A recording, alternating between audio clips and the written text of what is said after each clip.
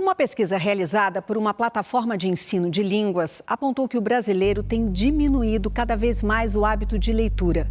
O Brasil perdeu quase 7 milhões de leitores em 4 anos. Pela primeira vez, pessoas que não costumam ler são maioria no país. Machado de Assis é estudado em Harvard. Clarice Lispector é cultuada em Paris. Carolina Maria de Jesus é referência em universidades da África e da Europa. E aqui, no Brasil, quantos de nós realmente lemos essas vozes? Por que um país que produziu alguns dos maiores escritores do século ignora a própria literatura?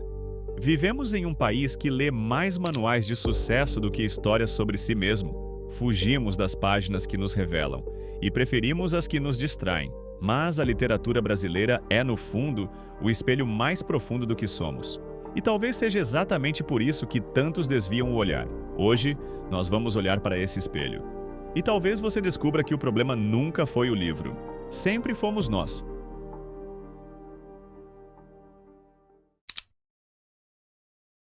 A desvalorização da literatura brasileira começa no berço. Porque, antes mesmo de aprendermos a ler, nós já tínhamos aprendido a admirar o que vem de fora. Até 1808, era proibido imprimir livros no Brasil. Não existiam tipografias nem universidades. Durante mais de 3 séculos, todo conhecimento legítimo vinha da Europa.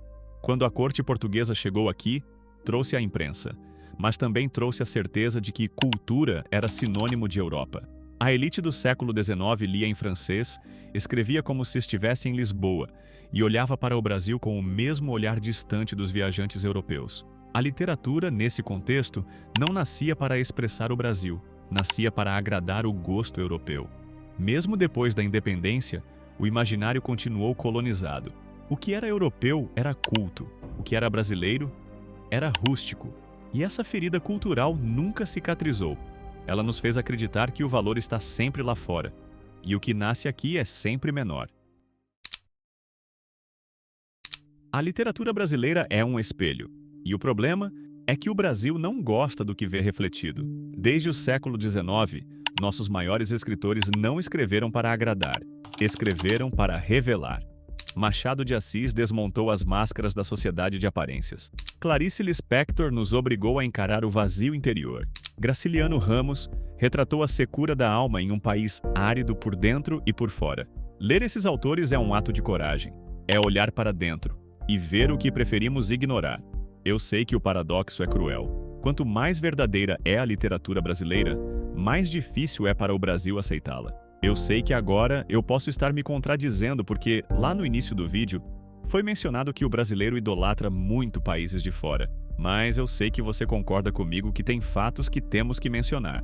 Em países como a França, a Rússia ou os Estados Unidos, a literatura é o pilar da identidade nacional, o que dá coesão, orgulho e memória. No Brasil, ela foi tratada como ornamento, não como espinha dorsal da cultura. O país industrializou-se, sem se intelectualizar, e isso tem consequências até hoje.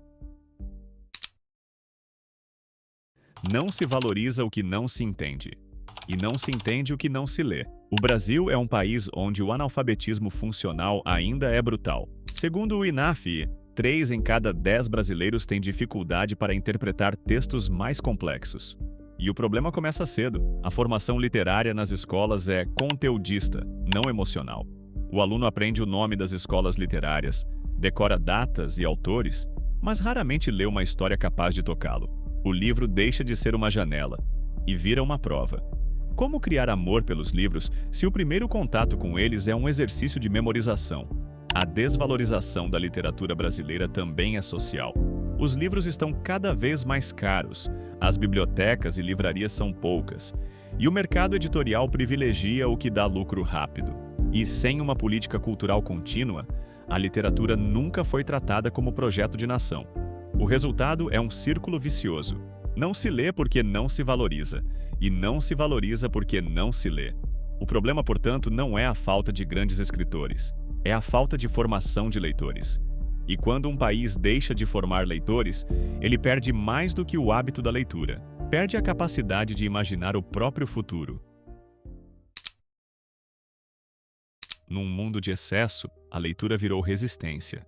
Num tempo de pressa, os livros se tornaram abrigo. Nunca se publicou tanto, nunca se discutiu tanto literatura nas redes, nunca tantos jovens buscaram Clarice, Machado, Drummond, nem que seja por um verso, uma citação, um trecho que toca fundo.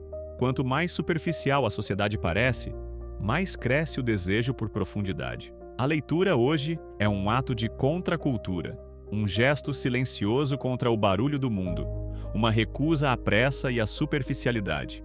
No meio do caos há um renascimento silencioso. Talvez a literatura nunca tenha deixado de existir. Nós é que, distraídos, deixamos de ouvi-la.